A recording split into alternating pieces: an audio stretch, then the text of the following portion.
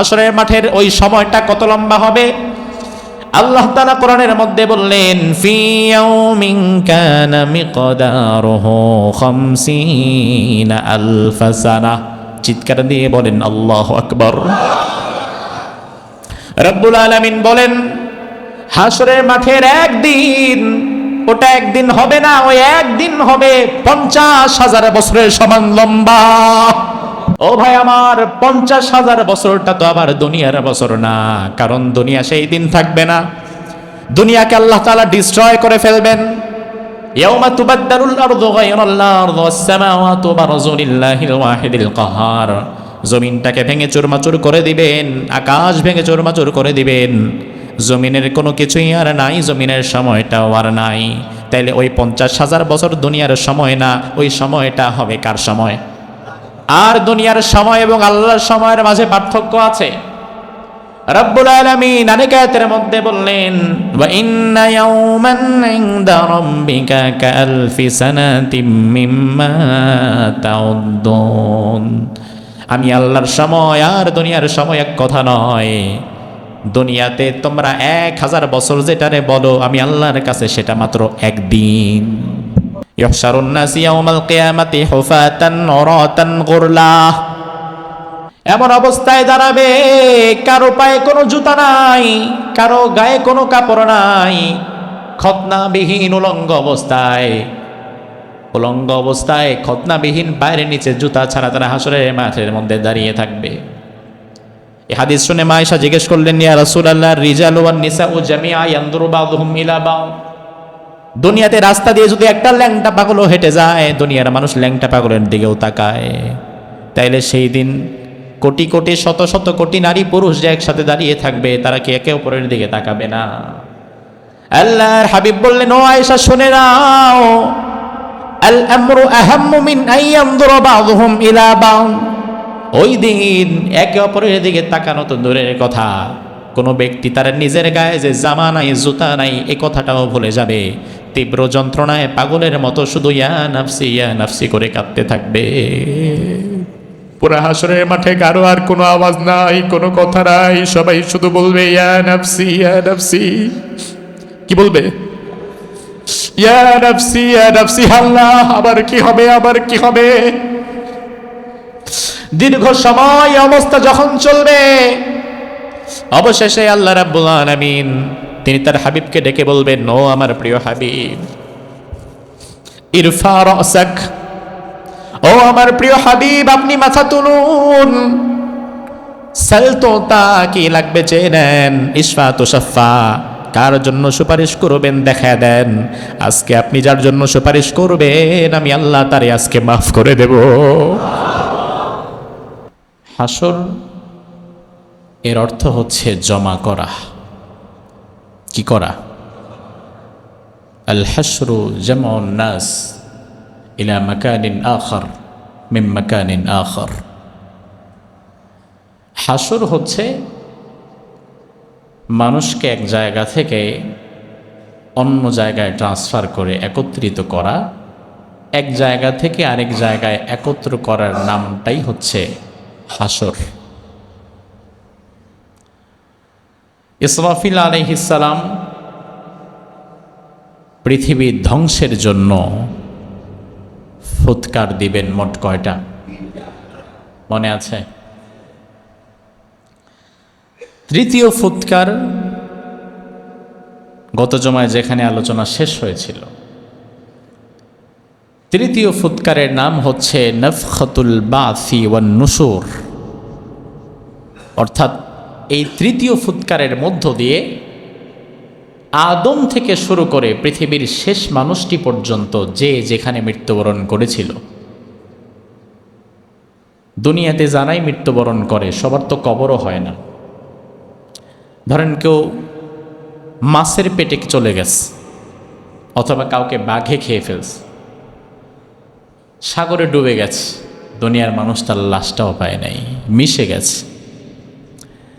যে যেখানেই মৃত্যুবরণ করেছে, ইসরাফিলের তৃতীয় ফুৎকারের মধ্য দিয়ে সে সেখান থেকেই উঠে দাঁড়িয়ে এবার হাসরের ময়দানের দিকে ছোটা শুরু করবে।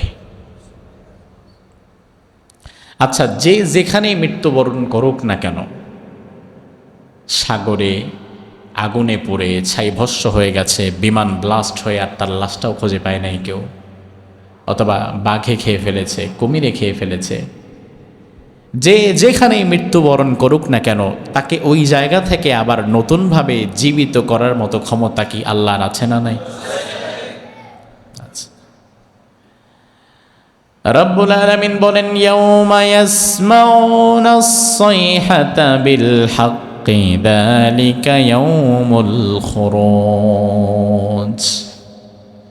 ইসরাফিলের তৃতীয় ফুৎকারের পরে ইয়াউমা ইয়াসমাউনাস সাইহাতা বিল হক, প্রত্যেক প্রাণের কর্ণকুহরে ইসরাফিলের এই তৃতীয় ফুৎকারের আওয়াজ পৌঁছে যাবে, সাথে সাথে তারা বের হয়ে যাবে ওই জায়গা থেকে।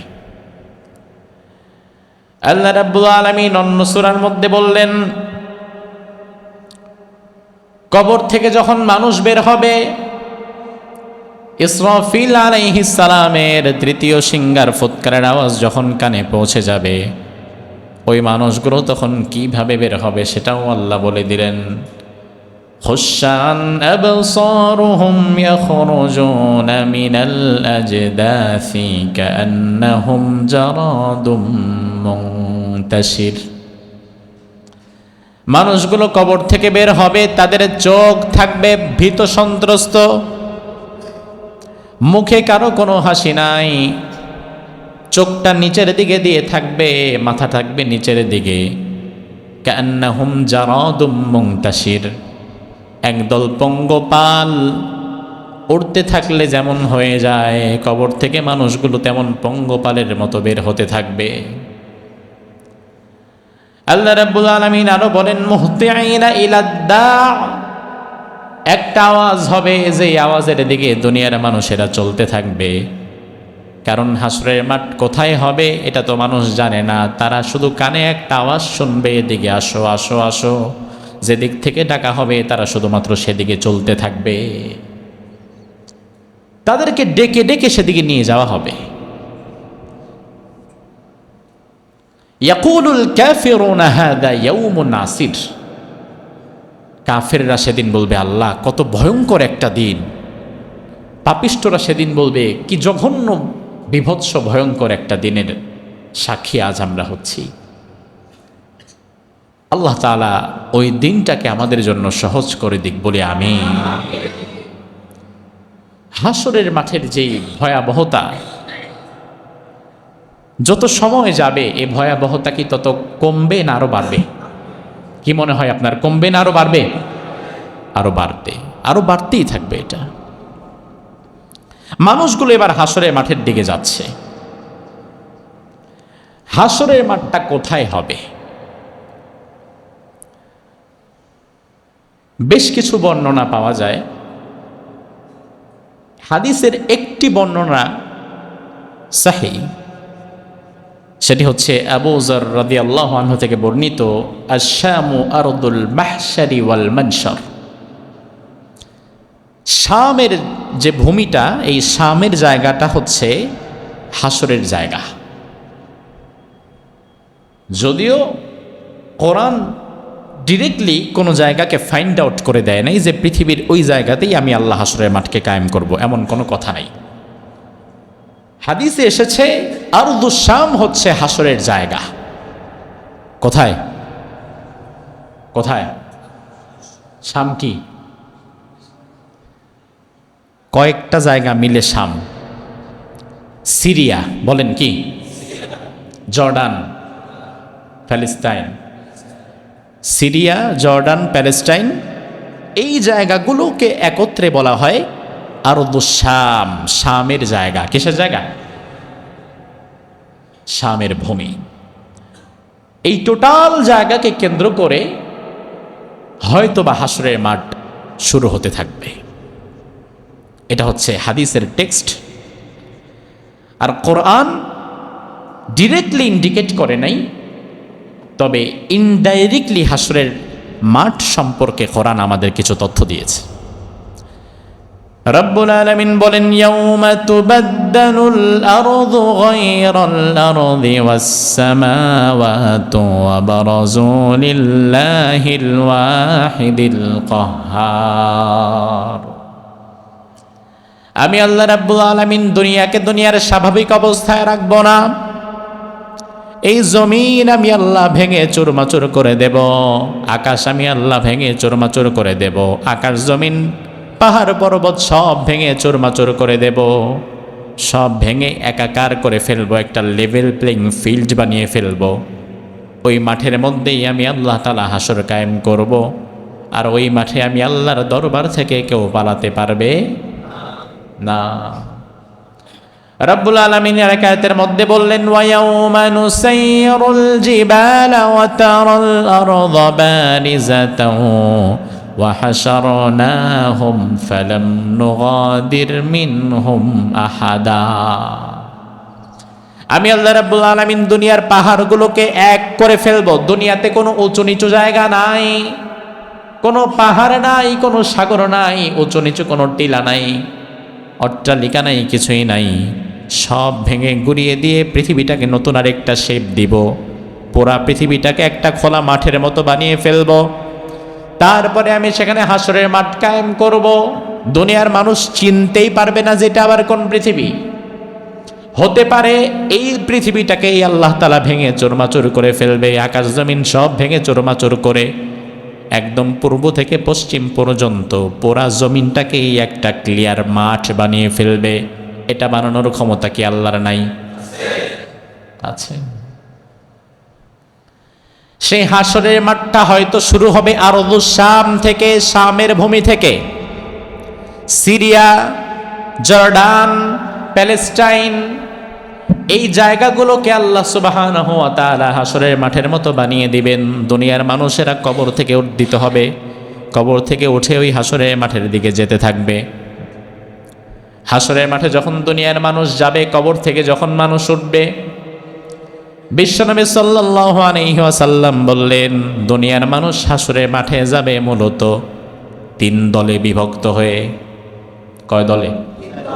কয় দলে? 3টি দলে আলাদা আলাদা বিভক্ত হয়ে হাসরের মাঠে যাবে। আপনি এবং আমি হয়তো এক দলে নাও থাকতে পারি, দল ভিন্ন ভিন্ন হয়ে যাবে। আল্লাহর হাবিব সাল্লাল্লাহু আলাইহি ওয়াসাল্লাম জামিআ তিরমিজির 3142 নম্বর হাদিসের মধ্যে বললেন, ইউহশারুন নাসু ইয়াউমাল কিয়ামাতি সালাসাতা আসনাফ। হাসরের মাঠে মানুষ যাবে 3 দলে বিভক্ত হয়ে। কয় দল? 3 দল। ভালো করে দেখেন কোন দল। বিশ্বনবী বললেন, প্রথম একটি দল তারা কবর থেকে ইসরাফিলের সিংগার ফুৎকার শুনে দাঁড়িয়ে যাবে। সিনফান মুশাতা, দাঁড়ানোর পরে তারা একটা আওয়াজ শুনতে পাবে, এদিকে আসো, এদিকে আসো, এদিকে আসো, তাদেরকে ডাকতে থাকা হবে। ওই ডাকের আওয়াজ যেদিক দিয়ে যাবে, ওই মানুষগুলো কবর থেকে বের হয়ে দুনিয়াতে যেমন হাঁটা চলা করেছে, এইভাবে হাঁটতে হাঁটতে তারা হাসরের ময়দানের দিকে যেতে থাকবে। একটি দল তারা হাসরের মাঠে যাবে পায়ে হেঁটে। কিভাবে? কিভাবে? পায়ে হেঁটে। আল্লাহর হাবিব বললেন, ওয়াসিনফান রুকবানা, আরেকটা দল, ওই দল বড় সৌভাগ্যবান। হাসরের মাঠে যাওয়ার জন্য তাদের পায়ে হাঁটার কোনো দরকার নাই। হাসরের মাঠে যাওয়ার জন্য ওই দলের লোকেরা যখন কবর থেকে উঠে দাঁড়াবে, সাথে সাথে দেখবে জান্নাতের বিশেষ বাহন তাদের জন্য প্রস্তুত হয়ে আছে, তাদেরকে হাসরের মাঠে নিয়ে যাওয়ার জন্য। আল্লাহ তাআলা দেখেন, এখনো কিন্তু হিসাব নিকাশ শুরু হয়েছে। আরে বাবা, জান্নাত জাহান্নামের ফয়সালা কি হিসাব নিকাশের আগে না পরে? পরে। এখনো তো হিসাব নিকাশ শুরুই হইল না। এখনই যদি আল্লাহ কাউকে রিসিভ করার জন্য জান্নাতের গাড়ি পাঠায় দেয়, তাহলে বোঝা লাগবে তার জান্নাত কনফার্ম হয়ে গেছে। আল্লাহ মেহেরবানি করে ওই দলের ওই মানুষদের মধ্যে কোনো এক কোনায় আমাদেরও যেন একটু জায়গা হয়ে যায়। যারা আমিন কইল না তাদের যেন না হয়। এখন কোন আমিন? এখন যে ঘুমায় আছে হেও কইছে আমিন। না তো বিপদ। এই গেল দুই দল। আরেকটা দল তারা বড় হতভাগা। আল্লাহর হাবিব বললেন তৃতীয় আরেকটা দল আছে এমন, ওয়াসিনফান আলা ওয়াজুহিহিম, কবর থেকে যখন তারা দাঁড়াবে, দাঁড়ানোর পরে তাদের জন্য কোনো বাহন তো থাকা দূরের কথা, তারা তাদের স্বাভাবিক পায়ে হাঁটা চলা করতেও পারবে না। কবর থেকে ওঠার সাথে সাথে ফেরেশতারা তাদের মাথাটা, ঘাড়ের হাড্ডিটা ভেঙে ফেলবে, ঘাড়ের হাড্ডিটা ভেঙে তাদের মাথা দিয়ে দিবে নিচের দিকে, আর তাদের পা দিয়ে দিবে উপরের দিকে। পা দুটো উপরের দিকে চলে যাবে, মাথা চলে যাবে নিচের দিকে। তারা তাদের মুখ দিয়ে, বিশ্বনবী বললেন ইয়ামশুনা আলা উজুহিহিম, ওয়াজহুন মানে চেহারা, উজুহুন ওয়াজহুনের বহুবচন। তারা তাদের চেহারায় ভর দিয়ে হাঁটবে। স্বাভাবিকত মাথা নিচের দিকে দিয়ে হাঁটলে তো মাথা দিয়ে হাঁটার কথা, চেহারা আসবে কেন? কিন্তু ফেরেশতারা তাদের মাথাটাকে ভেঙে ফেলবে, ঘাড়ের হাড্ডিটাকে ভেঙে চেহারাটা দিয়ে দিবে মাটির সাথে মিশায়া। পা উপরের দিকে চেহারা দিয়ে তারা হাঁটবে। কিলা ইয়া রাসূলুল্লাহ, সাহাবায়ে কেরাম বললেন ও আল্লাহর নবী, চেহারা দিয়ে মানুষ দুনিয়াতে চেহারা দিয়ে মানুষ কি কোনোদিন হাঁটতে পারে নাকি? আবার এটা কিভাবে সম্ভব? আল্লাহর হাবিব বললেন ইন্নাল্লাযী আমশাহুম আলা কদামিহিম কাদিরুন আলা আন ইয়ামশিয়াহুম আলা ওয়াজুহিহিম, দুনিয়াতে পায়ের উপরে ভর করে হাঁটার ক্ষমতা যেই আল্লাহ দিতে পারে, ওই দিন চেহারার উপরে ভর করে হাঁটার ক্ষমতা দেওয়ার মতো ক্ষমতা কি আল্লাহর আছে না নাই? তারা তাদের চেহারা দিয়ে হাঁটতে হাঁটতে যাবে, এবড়ো থেবড়ো হয়ে যাবে, তাদের চেহারাটা ক্ষতবিক্ষত হয়ে যাবে। তবু ফেরেশতারা তাদেরকে আগুনের লাঠি দিয়ে তাড়াতে তাড়াতে নিয়ে যেতে থাকবে, হাট সামনের দিকে যা। আমার ভাই, এই যে তিন দল কবর থেকে বের হলো, এই তিন দলের সবাইকে আল্লাহ তাআলা হাসরের মাঠে জড়ো করবে না। তার কারণ হাসরের মাঠটা বড় কঠিন জায়গা। আল্লাহ রাব্বুল আলামিন তিনটি দলকে তিনভাবে ট্রিট করবেন। যে মানুষগুলোকে রাব্বুল আলামিন জান্নাতের গাড়ি পাঠিয়ে দিয়ে নিয়ে গেলেন, হাসরের মেইন মাঠে আল্লাহ তাআলা তাদেরকে ঢুকাবেন না। কারণ হাসরের মাঠটা একটা উত্তপ্ত কড়াই। উত্তপ্ত কড়াই যতটা না গরম, যতটা না ভয়ঙ্কর, হাসরের মাঠটা হয়ে যাবে তার চাইতেও বেশি ভয়ঙ্কর। এজন্য রব্বুল আলামিন যাদেরকে জান্নাতের বিশেষ বাহনে করে এনেছেন, আল্লাহ তাআলা তাদেরকে সেখানে ঢুকাবে না, বরং রব্বুল আলামিন তাদের জন্য আলাদা একটা ব্যবসার জায়গা করে দিবেন। বিশ্বনবী হাদিসের মধ্যে বললেন সাবাতুন ইউযিল্লুহুমুল্লাহু ফি যিল্লিহি ইয়াওমা লা যিল্লা ইল্লা যিল্লুহ, ইমামুন আদিল, শাবুন নাশা ফি ইবাদাতিল্লাহি আযজা ওয়া জাল্লা, ওয়া রাজুলুন কলবুহু মুআল্লাকুন ফিল মাসাজিদ। 7 শ্রেণীর এমন মানুষ থাকবে যাদেরকে আল্লাহ তাআলা তার বিশেষ বাহন দিয়ে হাসরের ময়দানের দিকে নিয়ে আসবে। তবে ওই 7 শ্রেণীর মানুষকে হাসরের মাঠে না ঢুকিয়ে আল্লাহ তাআলা আল্লাহর আরশের ছায়ার নিচে বিশেষ কিছু চেয়ার দিয়ে ওইখানে বসার ব্যবস্থা করে দিবে। তারা ভিআইপি গ্যালারিতে বসে থাকবে। ভিআইপি গ্যালারিতে আল্লাহর আরশের ছায়ার নিচে তাদের জায়গা থাকবে। এই যে আল্লাহর আরশ, নিচে ছায়া পড়েছে, যেখানে সূর্যের তীব্রতা নাই, গরম নাই, কষ্ট নাই, ওই জায়গায় সুন্দর আলিশান চেয়ারে তাদের বসার জায়গা, সেখানে তারা বসে থাকবে। এই একদল হাসরের মাঠ থেকে আগেই মাইনাস হয়ে গেল, তারা হাসরের মাঠে আসার তাদের দরকার হলো না। হাসরের মাঠের পাশে আরশের ছায়ার নিচে তাদের বসার জায়গা করে দিলেন কে? আল্লাহ। এই 7 শ্রেণীর সৌভাগ্যবানদের মাঝে তুমি আমাদের একটু জায়গা করে দিও। দোয়া করতে তো সমস্যা নেই, দোয়া করতে সমস্যা আছে? আল্লাহর কাছে চাইতে সমস্যা আছে? আরেক দল যাদের মাথা ছিল নিচে, পা ছিল উপরে, যেই হতভাগারা তাদের চেহারা দিয়ে হাঁটতে হাঁটতে এসেছে, ওই পাপিষ্ঠদেরকেও আল্লাহ তাআলা হাসরের মাঠে রাখবেন না। আল্লাহ রাব্বুল আলামিন কোরআনের মধ্যে বললেন, ইউরাফুল মুজরিমুনা বিসীমাহুম ফায়ুখাযু বিন-নাওয়াসি ওয়াল আকদাম। ওই মানুষগুলো আসার সাথে সাথে ফেরেশতারা তাদের চিনে নেবে, ফেরেশতারা তাদের চেহারা দেখে চিনে নিবে যে তাদের কোনো হিসাব নিকাশের কোনো দরকার নাই। ফালা নুকিমু লাহুম ইয়াউমাল কিয়ামাতি ওয়াজনা। আল্লাহ তাআলা কোরআনের মধ্যে বললেন, তাদের জন্য আমি আল্লাহ তাআলা মিজানের কোনো পাল্লাই বসাবো না। আমলনামা মাপা জোপার কোনো দরকারই তাদের নাই, আমলনামা পরিমাপের কোনো দরকার তাদের হবে না, বরং বিনা হিসাবে আসার সাথে সাথেই তাদেরকে জাহান্নামের মধ্যে ফেলে দেওয়া হবে। আমার ভাই, তার কারণ হিসাব নিকাশ তো সবার দরকার, কথা কয় না। আপনি বলবেন যে এটা কি ন্যায় বিচার হইল নাকি? হিসাব নিকাশ দরকার না থাকলে আবার ন্যায় বিচারক আল্লাহ কেমনে হবেন? আমার ভাই, হিসাব নিকাশ সবার দরকার নাই। হিসাব নিকাশ তো দরকার হবে তার যার আমলনামার মধ্যে নেকও আছে আবার গুনাহও আছে, বদ আমল আছে আবার নেক আমলও আছে, যার ইমানও আছে আবার কখনো কখনো ইমানের বিরুদ্ধে কিছু কথা এবং কাজও তো করেছে। এই লোকটার আমলনামা পরিমাপ করা দরকার।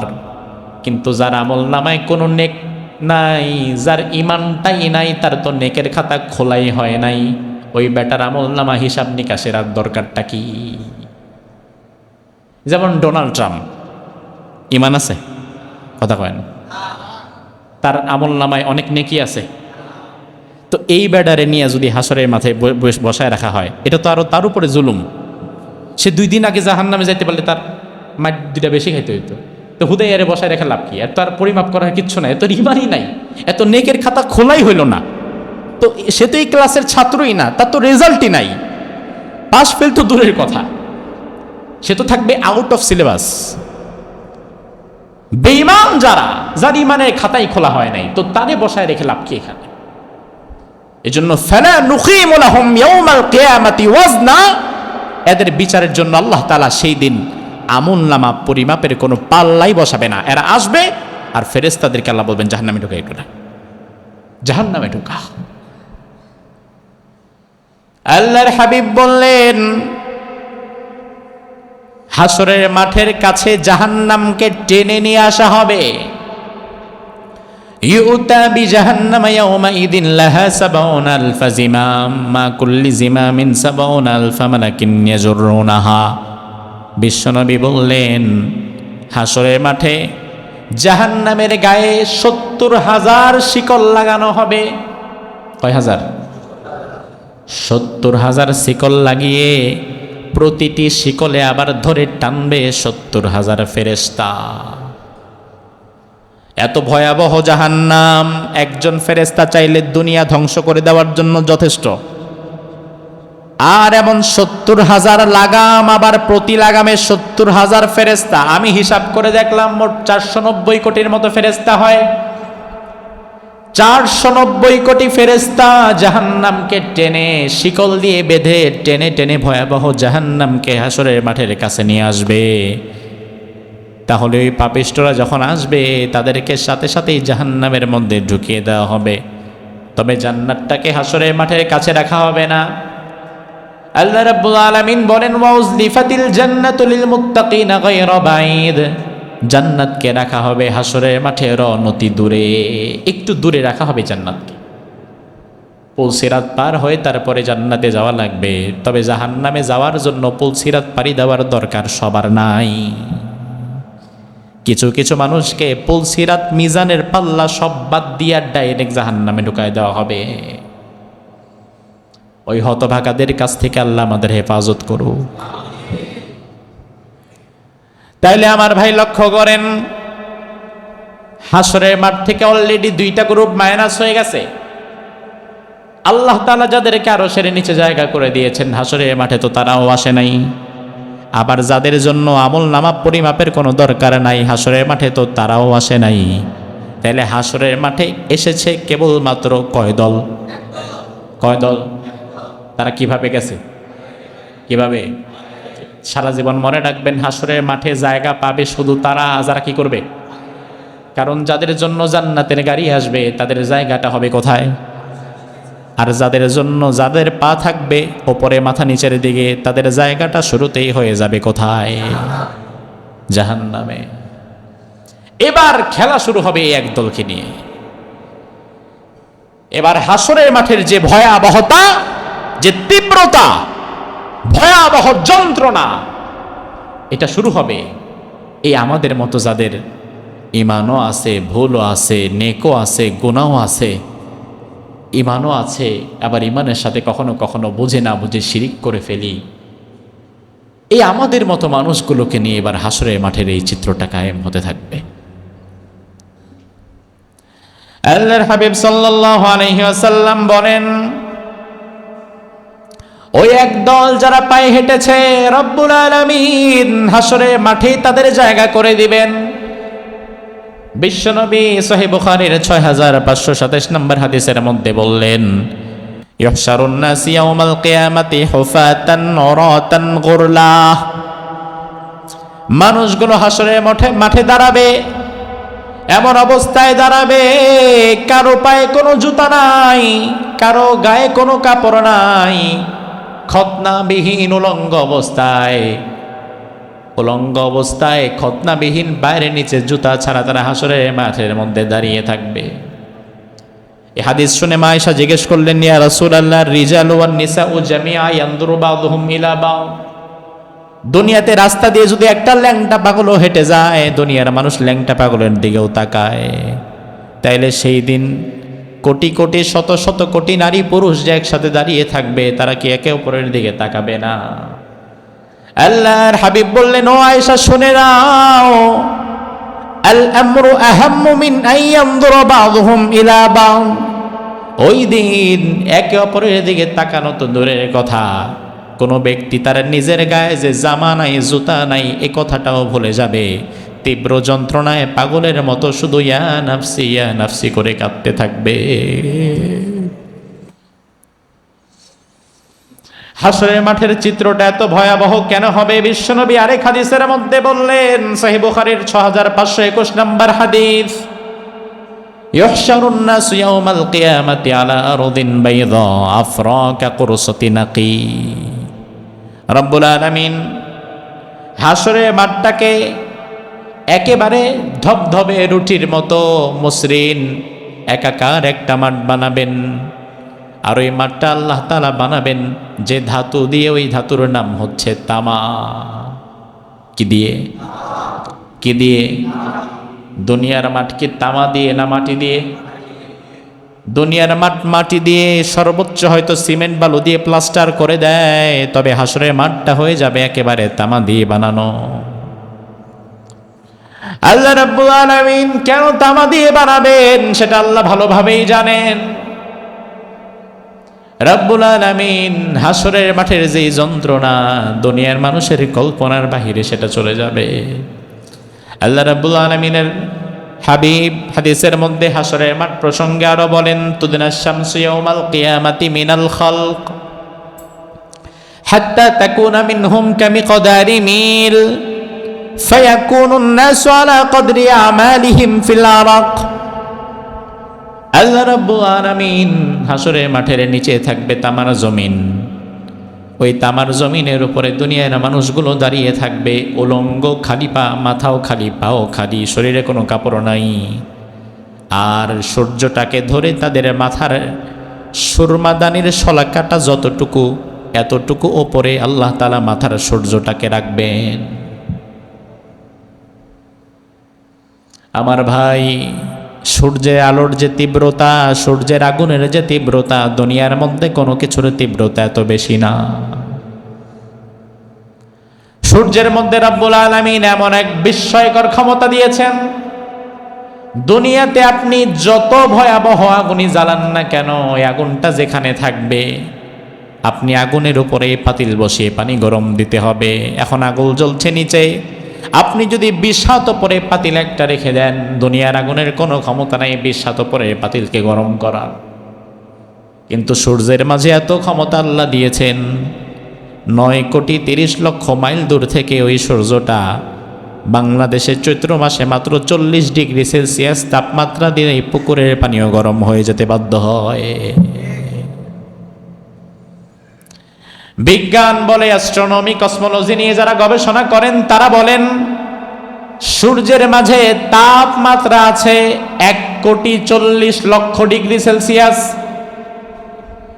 1,40,00,000 ডিগ্রি সেলসিয়াস তাপমাত্রা। সুরমাদানির শলাকাটা যতটুকু লম্বা, সূর্য আর আপনার মাথার মধ্যে গ্যাপ থাকবে ঠিক ততটুকু। নিচে থাকবে তামার জমিন। আজকের বিজ্ঞান প্রমাণ করেছে পৃথিবীতে যত ধাতু আছে এর মধ্যে সবচেয়ে তাপ সুপরিবাহী ধাতুর নাম হচ্ছে তামা। যে তামার তাপ সুপরিবাহী ক্ষমতা এত বেশি, যার কারণে বিদ্যুতের তারের মধ্যে, ইলেকট্রিক তারের মধ্যে তামার ব্যবহার হয়। তামা ছাড়া কোনোদিন বিদ্যুতের বাতি এবং লাইট তৈরি হবে না, তার তৈরি করা যাবে না। এই যে আমাদের ফ্যান চলে, মাইক চলে, এই তারের ভেতরে তামার ব্যবহার আছে। তামার তাপ সুপরিবাহী ক্ষমতা এত বেশি, লাইটটা যদি থাকে সাভারে আর সুইচটা যদি থাকে চট্টগ্রামে, চট্টগ্রাম থেকে সুইচটা যদি চাপ দেওয়া হয় তাহলে সাভারে লাইট জ্বলতে 1 মিনিট লাগবে না, সেকেন্ডের মধ্যে সুইচ দেওয়ার সাথে সাথে এই লাইটটা জ্বলে উঠবে। আল্লাহ রাব্বুল আলামিন যখন সূর্যটাকে মাথার 1-1.5 ইঞ্চি উপরে এনে সূর্যের সুইচ অন করে দিবেন, পুরা হাসরের মাঠের তামার জমিনটা উত্তপ্ত আগুনের মতো গরম হতে 1 মুহূর্ত আর সময় লাগবে না। নিচে তামার জমিন, উপরেও কিছু নাই, নিচেও কিছু নাই। প্রচন্ড গরমে পিচ ঢালা পথে আপনি খালি পায়ে হেঁটে যেতে পারবেন না, পা ফসকা পড়ে যাবে। হজ উমরায় যাওয়ার পরে কোনোদিন যদি জুতা ছাড়া খালি পায়ে পিচ ঢালা পথে হাঁটেন তাহলে দেখবেন পায়ের জায়গায় নাই। মাত্র 42-43 ডিগ্রি সেলসিয়াস তাপমাত্রা, আর সেই দিন পায়ের নিচে তামার জমিন, সাথে কোনো জুতা নাই, আবার মাথার উপরে সূর্য। আমরা গ্রামে আগে দেখতাম কৃষক যদি কাজ করতে করতে ক্লান্ত হয়ে যেত তাহলে সূর্যের তাপ থেকে বাঁচার জন্য প্রয়োজনে পরনের কাপড়টা খুলে মাথায় বেঁধে নিত যেন মাথাটা বাঁচে। কিন্তু এদিন মাথা ঢাকার মতো কোনো টুপি নাই, পাগড়ি নাই, জামা কাপড় কিছুই নাই। আল্লাহর হাবিব বললেন প্রচন্ড গরমে মানুষের শরীর থেকে এত প্রচন্ড ঘাম নিঃসরিত হবে, ঘাম জমতে জমতে কারো ঘাম হবে তার টাকনু পর্যন্ত, কারো ঘাম হবে তার হাঁটু পর্যন্ত, কারো ঘাম হবে তার গিরা, কারো ঘাম হবে তার নাক পর্যন্ত। কেউ ঘামের মধ্যে একবার ডুববে আর একবার উঠবে। যার আমল যেমন হবে তার ঘামও তেমন হয়ে যাবে, যার আমল বেশি খারাপ হবে তার ঘাম বেশি বের হবে। আর ওই ঘামগুলো টকবক করতে থাকে, ভাত যেমন বলকালে ওই বলকানির মতো টকবক করতে থাকবে গরমে। ওই টকবক করা ওই ঘামের মধ্যে সে একবার ডুববে আর একবার উঠবে, একবার ডুববে আরেকবার উঠবে, আর বলবে ইয়া নাফসি আল্লাহ বাঁচাও। শত শত কোটি কোটি মানুষ এইভাবে উত্তপ্ত জায়গার মধ্যে ঘামের মধ্যে দাঁড়িয়ে দাঁড়িয়ে কাতরাতে থাকবে। এখনো বিচার শুরুই হয় নাই, হিসাব নিকাশের এখনো খবরই নাই। কে জান্নাতে যাবে এখান থেকে আর কে জাহান্নামে যাবে এটা আল্লাহ এখনো ঠিক করে নাই। এখনো এই শাস্তিটা তারা হাসরের মাঠেই পাচ্ছে। মানুষেরা পাগল হয়ে যাবে হাসরের মাঠে, এত লম্বা সময় এই দুর্গন্ধ গরম ঘামের মধ্যে থাকতে থাকতে হয়রান হয়ে যাবে, বাঁচার কোনো উপায় নাই। আল্লাহ রাব্বুল আলামিন কোরআনের মধ্যে বললেন হাসরের মাঠের ওই সময়টা কত লম্বা হবে। আল্লাহ তাআলা কোরআনের মধ্যে বললেন ফি ইয়াউমিন কানা মিকদারুহু 50 আলফ সানাহ। চিৎকার দিয়ে বলেন আল্লাহু আকবার। রাব্বুল আলামিন বলেন হাসরের মাঠের একদিন, ওটা একদিন হবে না, ওই একদিন হবে 50,000 বছরের সমান লম্বা। কয় হাজার বছর? কয় হাজার? ও ভাই আমার, 50,000 বছরটা তো আবার দুনিয়ার বছর না, কারণ দুনিয়া সেই দিন থাকবে না। দুনিয়াকে আল্লাহ তাআলা ডিস্ট্রয় করে ফেলবেন। ইয়াউমা তুবাদদালুল আরদু গায়রাল আরদি ওয়াস সামাওয়াতু বারাজু লিল্লাহিল ওয়াহিদিল কাহ্হার। জমিনটাকে ভেঙে চুরমাচুর করে দিবেন, আকাশ ভেঙে চুরমাচুর করে দিবেন। জমিনের কোনো কিছুই আর নাই, জমিনের সময়টাও আর নাই। তাইলে ওই 50,000 বছর দুনিয়ার সময় না, ওই সময়টা হবে কার সময়? কার সময়? আর দুনিয়ার সময় এবং আল্লাহর সময়ের মাঝে পার্থক্য আছে। রব্বুল আলামিন আরেক আয়াতের মধ্যে বললেন, ওয়া ইন্না ইয়াওমান ইনদা রাব্বিকা কাআলফি সানাতিম মিম্মা তাউদ্দুন। আমি আল্লাহর সময় আর দুনিয়ার সময় এক কথা নয়। দুনিয়াতে তোমরা 1000 বছর যেটারে বলো, আমি আল্লাহর কাছে সেটা মাত্র একদিন। দুনিয়ার 1000 বছর আল্লাহর কাছে কয়দিন? কয়দিন? তাহলে আল্লাহর কাছে যদি 50,000 বছর হয়, তাহলে আপনার আমার কাছে কয়দিন? আল্লাহর কাছে যদি হাসরের মাঠের জায়গাটা 50,000 বছর হয়, তাহলে আমাদের অবস্থাটা কি হবে? কতক্ষণ দাঁড়ায় থাকা যাবে সেখানে? মানুষেরা হাউমাউ করে কাঁদবে, আর কষ্ট সহ্য হয় না। কিন্তু ওই যে আল্লাহ তাআলা যাদেরকে আরশের ছায়ার নিচে বসিয়ে রেখেছেন, হাদিসে তাদের ব্যাপারে এসেছে, হাসরের মাঠের এই 50,000 বছর কাসলাতিল মাকতুবা, তাদের জন্য মনে হবে যেন এক ওয়াক্ত ফরজ নামাজের মতো 5-7 মিনিটে চলে যাবে। কি আজব বিষয়! তারা বসে আছে চেয়ারে, আর অন্যরা দাঁড়িয়ে আছে হাসরের মাঠে। হাসরের মাঠে যারা দাঁড়াবে 50,000 বছর সময় পর্যন্ত এই গরমে ঘামে উত্তপ্ত সূর্যটা মাথার মধ্যে নিয়ে মৃত্যুর যন্ত্রণা নিয়ে তাদেরকে দাঁড়িয়ে থাকতে হবে 50,000 বছর। আর যারা বসে আছে এক ওয়াক্ত ফরজ নামাজের মতো, তাদের সময়টা চলে যাবে। আমার ভাই, তার কারণ কি? তার কারণ হচ্ছে দুনিয়াতে সুখে যে থাকে তার সময় দ্রুত চলে যায়, দুঃখে যে থাকে তার সময় যেতে চায় না। একদিন আপনার মন ভালো, শরীরটাও ভালো, ব্যবসা পাতিও ভালো হয়েছে, পরিবার নিয়ে আপনি ভালো আছেন, আলহামদুলিল্লাহ। রাত 10টায় ঘুমিয়ে গেলেন, ভোর 5টায় উঠলেন, ফজরের নামাজ পড়লেন। এই লম্বা 6-7 ঘন্টা ঘুমানোর পরেও মনে হবে রাতটা বড় দ্রুত চলে গেছে, আর একটু ঘুমাতে পারলে ভালো লাগতো। আর কোনোদিন যদি আপনার রাত 3:30টায় মাথা ব্যথা উঠে, ফজর হতে আর 1-1.5 ঘন্টা বাকি, ওই 3:30টায় মাথা ব্যথা ওঠার পরে আপনার মনে হবে ইন্না লিল্লাহ, রাতটা পার হয় না কেন? রাতের সময় তো দেখি আর যায় না। দুনিয়াতে কষ্টে যে থাকে তার সময়টা এমনিতেই দেরি হয়, তার সময় যেতে চায় না। আর সুখে যে থাকে তার সময়টা চলে যায় চোখের পলকে। তো দুনিয়ার মধ্যেই যদি আল্লাহ তাআলা এমন করে দিতে পারে, ওই দিন তেমন করার ক্ষমতা কি আল্লাহর আছে না নাই? এভাবে করে হাসরের মাঠের মানুষগুলো পাগল হয়ে যাবে। হাসরের মাঠের মানুষের এক পর্যায়ে হাউমাউ করে চিৎকার করে কাঁদবে আর বলবে, আয় আল্লাহ, বিচার শুরু করেন, আর হাসরের মাঠে থাকতে পারি না, বিচার শুরু করেন। মানুষেরা বলবে, আরে ভাই, জাহান্নামে যাওয়ার আগলে যাব, অন্তত এখানে আর থাকা যাবে না, আল্লাহরে বলো আল্লাহ যেন একটু বিচার শুরু করে দেয়। শত শত কোটি কোটি মানুষ বলবে, আল্লাহ বিচার শুরু করেন।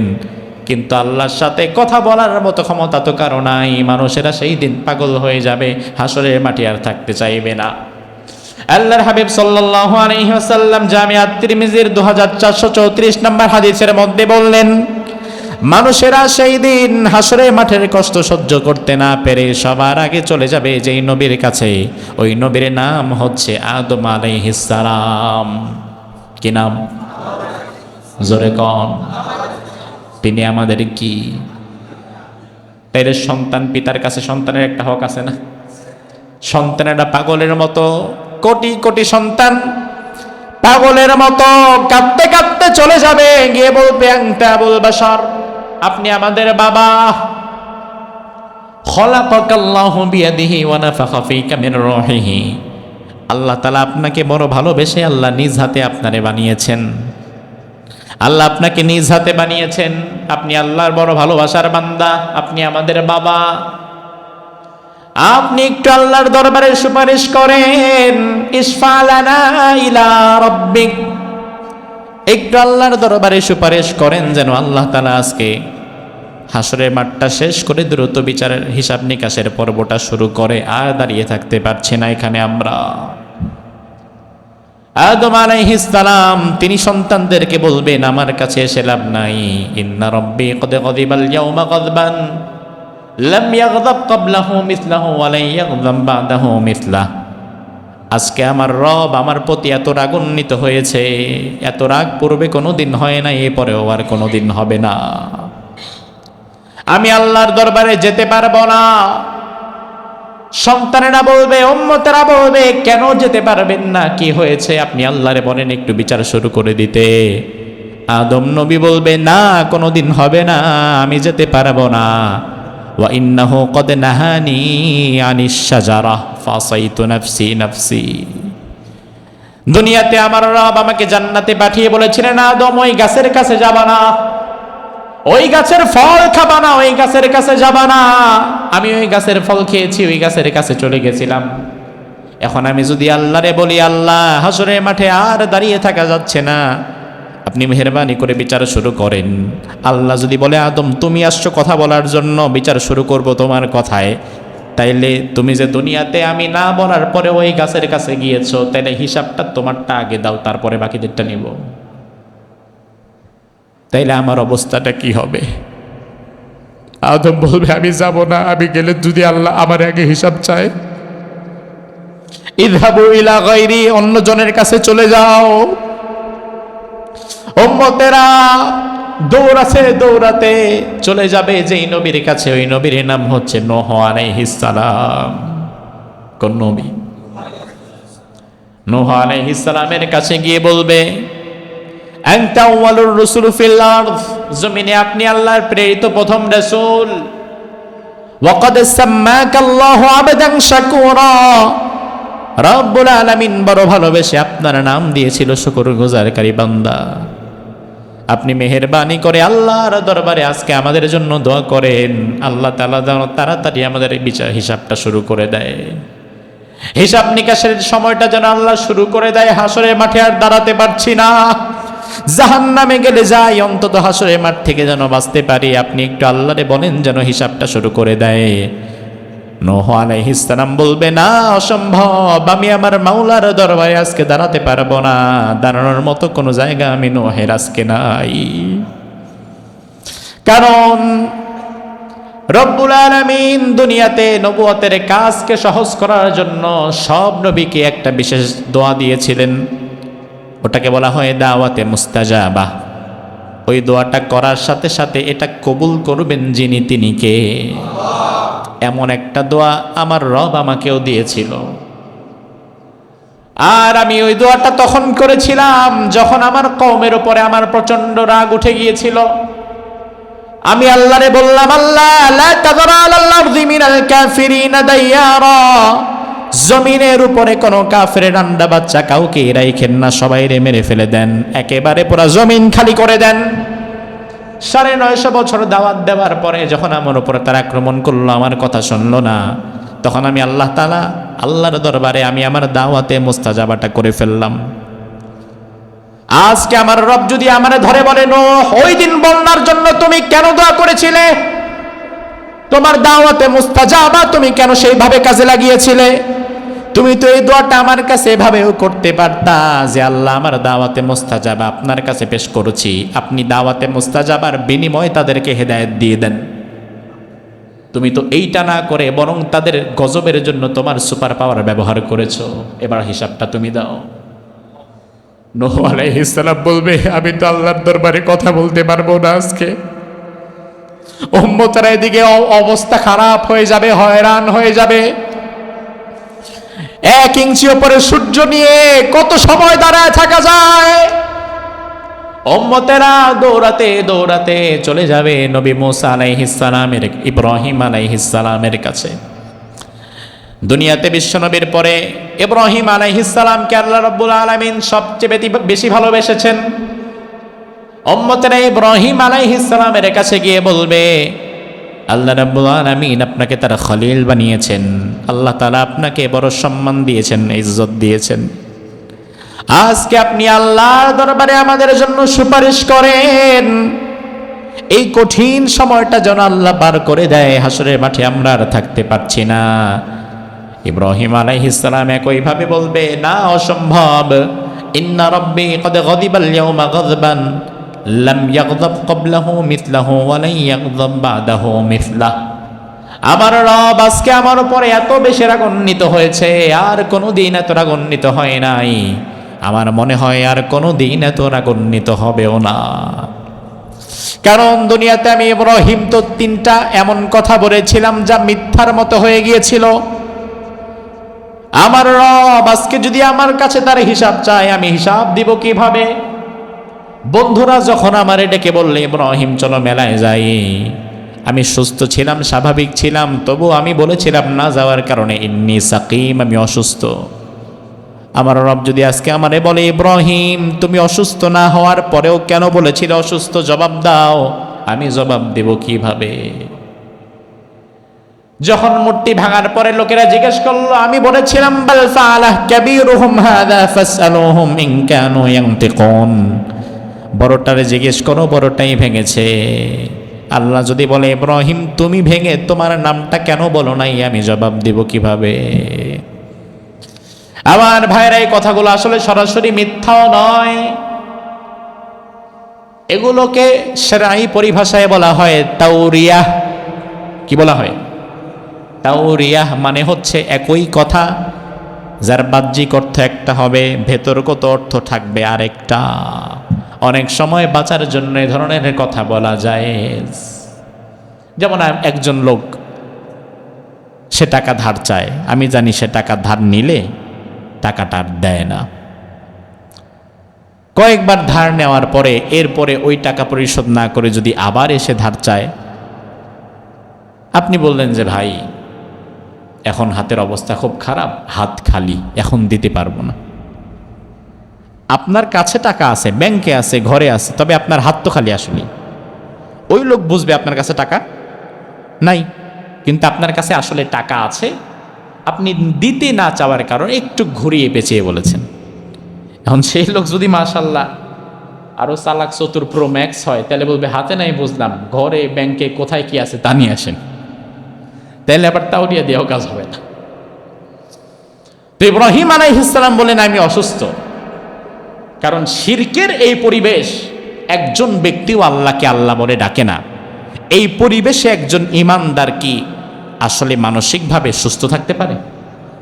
তিনি তো তার মানসিক দুরবস্থার কথা বুঝিয়েছেন, কিন্তু আল্লাহ তাআলা এতটুকুও ছাড় দিবে না।